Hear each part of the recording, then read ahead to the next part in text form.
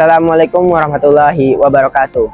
Perkenalkan, kami mahasiswa UIN Kiai Haji Abdurrahman Wahid Pekalongan Program Studi Bisnis Digital ingin menyelesaikan salah satu tugas yang diberikan oleh Bapak Husniawali MM selaku dosen pengampu mata pelajaran Human Resource Management.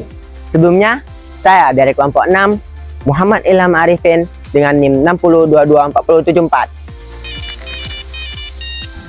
Saya Muhammad Farusya Ilman dengan NIM 60224073. Adit, tolongin Dit. Saya Hari Syauki dengan NIM 60224072. Materi yang akan kami bawakan adalah seputar kompensasi. Sebelumnya, teman-teman tahu nggak sih apa itu kompensasi? Kompensasi adalah suatu imbalan yang diberikan oleh perusahaan kepada karyawan sebagai bentuk balas jasa atas kontribusi mereka untuk mencapai tujuan perusahaan atau organisasi. Bentuk imbalan ini bisa berupa uang, barang, jasa, yang mana harus disegerakan untuk dibayarkan ataupun tidak langsung.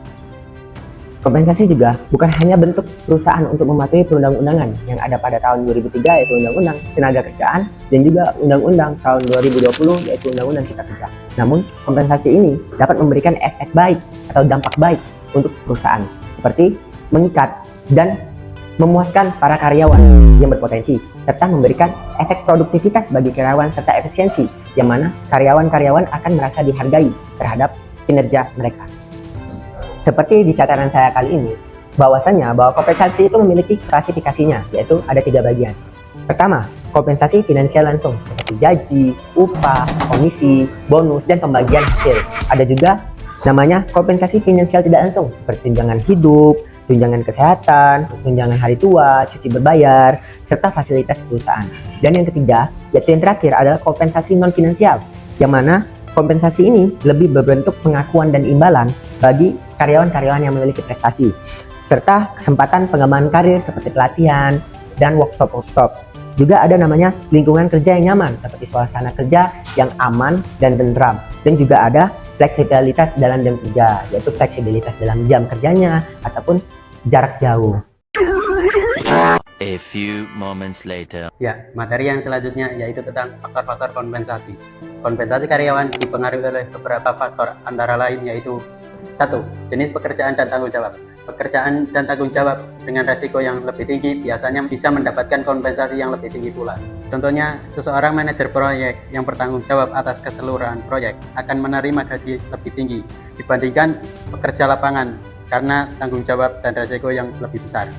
Yang kedua, kualifikasi dan pengalaman kerja. Karyawan dengan pendidikan tinggi dan pengalaman luas cenderung mendapatkan kompensasi yang lebih besar.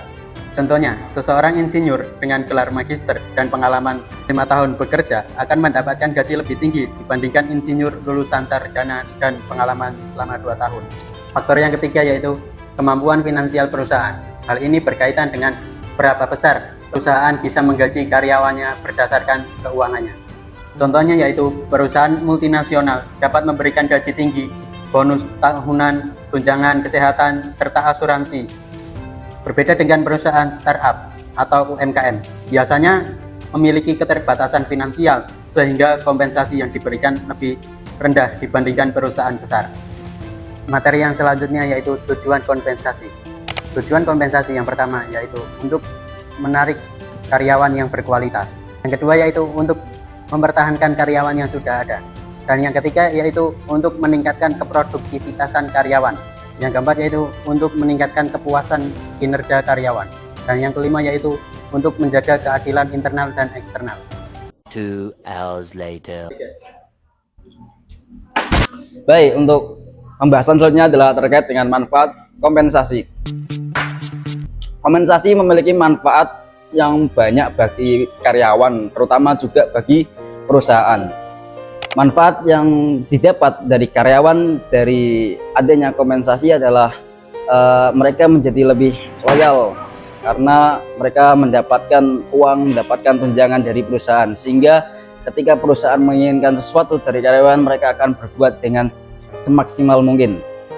Ya, sementara bagi perusahaan dengan adanya kompensasi, mereka bisa memiliki talenta-talenta berbakat untuk masa yang akan datang karena loyalitas tadi, sehingga setiap karyawan yang mendapatkan kompensasi akan terus mengabdi pada perusahaan, terus berbuat yang terbaik dan maksimal mungkin. Jadi manfaat keseluruhan kompensasi bagi perusahaan dan karyawan adalah sebagai investasi yang berharga, karena dimana ketika adanya kompensasi, karyawan merasa dihargai, karyawan merasa mempunyai kehormatan di hadapan atasannya, sehingga karyawan akan bekerja dengan sungguh-sungguh semaksimal mungkin dan perusahaan akan tercapai tujuan dari bisnisnya tersebut.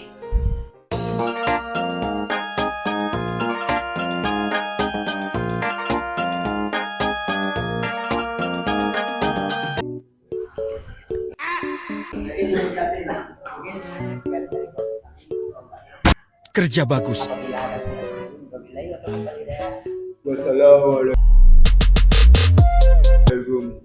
Tadi Setelah salam udah mau ngapain? Mau ikut video di balik layar.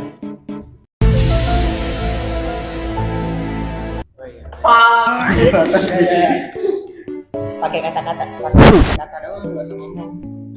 pakai kata-kata. Iya. Nanti pakai video pakai kata-kata. Kalau kita puasa-puasa aja pakai kata-kata. Demikian. Oh bilang demikian enggak? Ya, demikian ya. Ini udah dipencetnya. Lah nanti dipotong aja. Saya mau ke sana dulu. Ya udah, cepat. Demikian yang dapat kelompok kami sampaikan terkait materi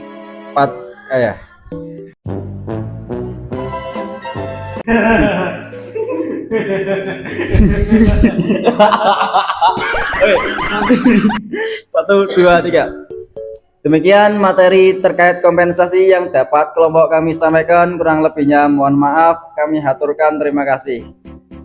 Wassalamualaikum warahmatullahi wabarakatuh.